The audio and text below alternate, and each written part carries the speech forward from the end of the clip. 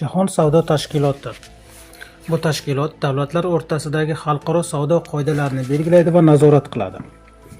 Jahon savdo tashkiloti 1995-yil 1-yanvarda rasman tashkil topgan, ammo uning tarixi undan ham oldin boshlanadi. 1947-yilda davlatlar o'rtasida GATT deb atalgan savdo kelishuvi tuzilgan. Bu savdo kelishuviga o'sha vaqtda Ikkinchi jahon urushidan keyin iqtisodni rivojlantirish maqsadida 23 ta davlat tomonidan tuzilgan. 1994-yilda Marokashning Marokash shahrida yangi kelishuv imzolandi va shu asosda 1995-yil Jahon savdo tashkiloti tashkil etildi. Hozirgi kunda 164 ta davlat Jahon savdo tashkilotiga a'zo. Ular orasida AQSh, Xitoy, Rossiya, Yaponiya, Turkiya va Yevropa ittifoqi davlatlari mavjud. Bu degani dunyo savdosining asosiy qismi aynan Jahon savdo tashkilotlari qoidalari asosida amalga oshiriladi.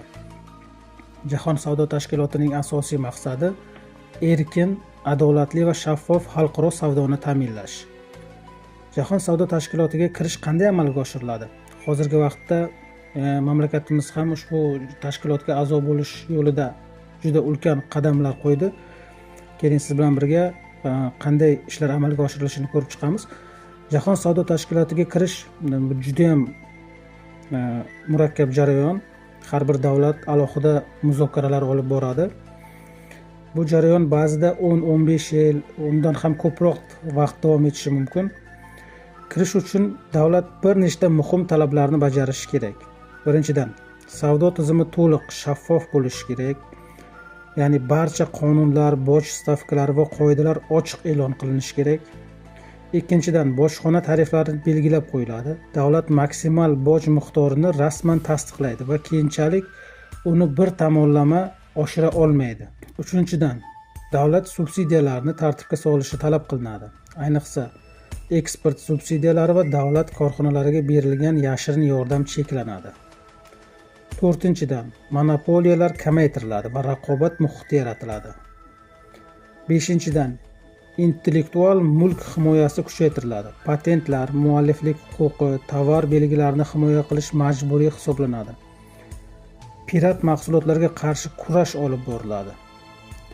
Shuningdek, xizmatlar bozori, bank, sug'urta, telekom va transport sohalarida ham chet el kompaniyalari uchun imkoniyatlar yaratilishi kerak bo'ladi. Qishloq xo'jaligida subsidiya siyosati ochiq qilinadi va import cheklovlari kamaytiriladi. Eng muhimi, davlat Jahon savdo tashkilotining savdo nizolarini hal qilish tizimiga bo'ysunadi. Agar biror bir korxona yoki firma bilan mojaro kelib chiqsa, bu mojaroni Jahon savdo tashkiloti sud tizimi orqali ko'rib chiqiladi. Lekin shu bilan birga ushbu savdo tashkilotiga kirishning o'ziga yarasha juda ham ulkan foydalari mavjud. Misol uchun, Jahon savdo tashkilotiga a'zo bo'lgan davlat uchun bir nechta katta imkoniyatlar paydo bo'ladi.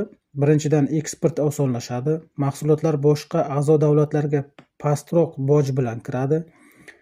Ikkinchidan, investorlar ishonchi ortadi, chunki xalqaro savdo qoidalari aniq va barqaror bo'ladi.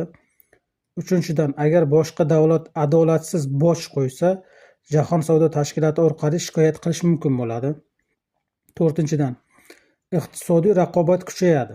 Bu esa samaradorlik va sifatning oshishiga olib keladi. Beshinchidan, mamlakat global iqtisodiy tizimga to'liq integratsiyalashadi. Shu o'rinda qiyinchiliklari ham bor. Ushbu savdo tashkilotiga kirgandan keyin har bir davlat iqtisodiyotida ma'lum bir qiyinchiliklar yuzaga keladi, toki o'sha yo'lga, relsga tushib olguncha. Hozir o'sha qiyinchiliklarni ham sizlarga aytib o'taman. Mahalliy ishlab chiqaruvchilar kuchli xalqaro raqobatga duch keladi. Ba'zi zaif tarmoqlar qisqarishi mumkin. Bojxona daromadlari kamayishi ehtimoli ham bor. Shuning uchun Jahon savdo tashkilotiga kirishdan oldin iqtisodiy tizimni tayyorlash juda muhim hisoblanadi. Xulosa o'rnida shuni aytib o'tish joizki, Jahon savdo tashkiloti bu xalqaro savdo qoidalarini boshqaradigan global tashkilot. Unga kirish murakkab va uzoq jarayon, ammo uzoq muddatda iqtisodiy barqarorlik, investitsiya va eksport imkoniyatlarini oshiradi. Bugungi kunda dunyo savdosining katta qismini aynan Jahon savdo tashkiloti qoidalari asosida amalga oshirilmoqda. E'tiboringiz uchun rahmat. Sog' bo'ling, salomat bo'ling, kanalga a'zo bo'lishni va layk bosishni unutmang.